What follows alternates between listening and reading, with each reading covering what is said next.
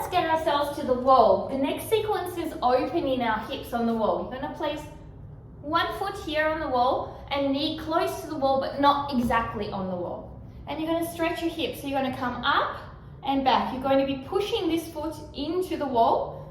You're going to be scissoring your legs here. And you're going to be utilizing your core and pelvis tuck to really work into the hip flexor. Okay? Take your time. There's no rush in this as you do this.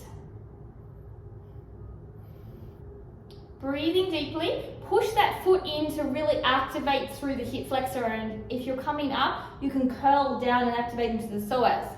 And then maybe stay here. You can use blocks if you need to stay. Inhale here, exhale, squeeze your shoulders, squeeze your glute, and get some back bend here. So really opening up. So if you haven't done any back bend work yet, or tried my other tutorials of this movement, then please go back to it before you really deeply open into back bends here. Breathing deeply. So this is really active. You have to squeeze that glute. You have to scissor the legs down. You have to push your foot into the wall. As you get more mobile and as your back opens too, you're going to see the wall and see your foot, but that might take time. And that happens not through having a bendy back, but through having a strong, mobile back. So I'm creating this back bend by squeezing my shoulder blades together, by opening my chest to squeeze my shoulder blades together. And then I'm lifting up and over, squeezing my glutes, pushing my hips down, and curling back.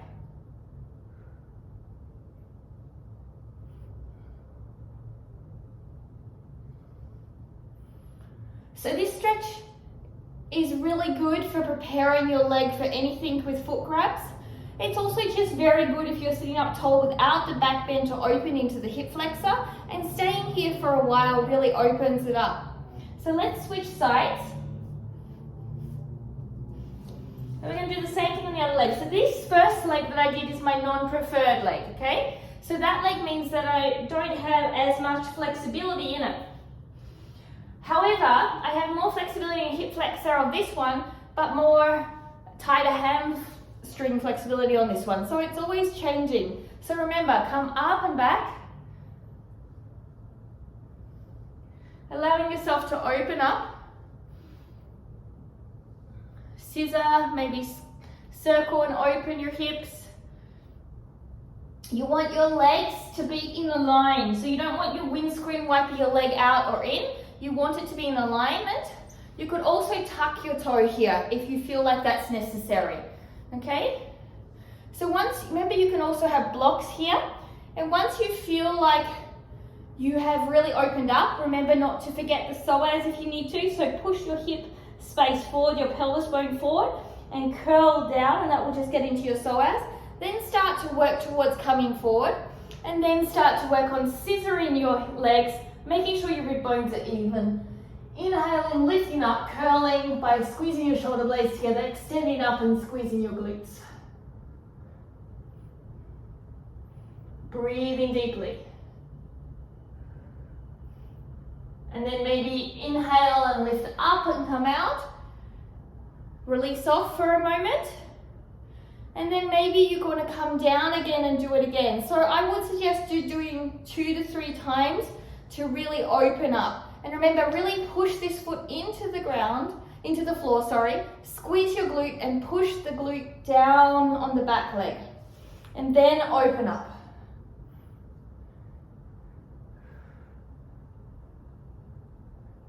If you're seeing your foot or the wall, that's a great sign if you're working towards foot grab.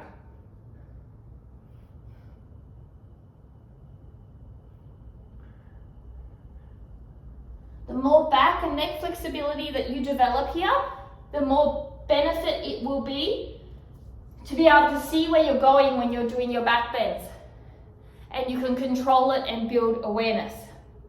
So, again, you can do this singularly. If you haven't warmed up your back, potentially leave the back bend work so you don't injure yourself.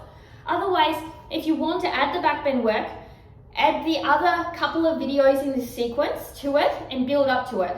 I will bring you the next part of the lunge sequence in the next video. So small snippets that you can do daily to build yourself into a new skill. I'll see you soon. Don't forget to ring that bell so you can get notifications for the next video coming up and subscribe to support my channel. Namaste.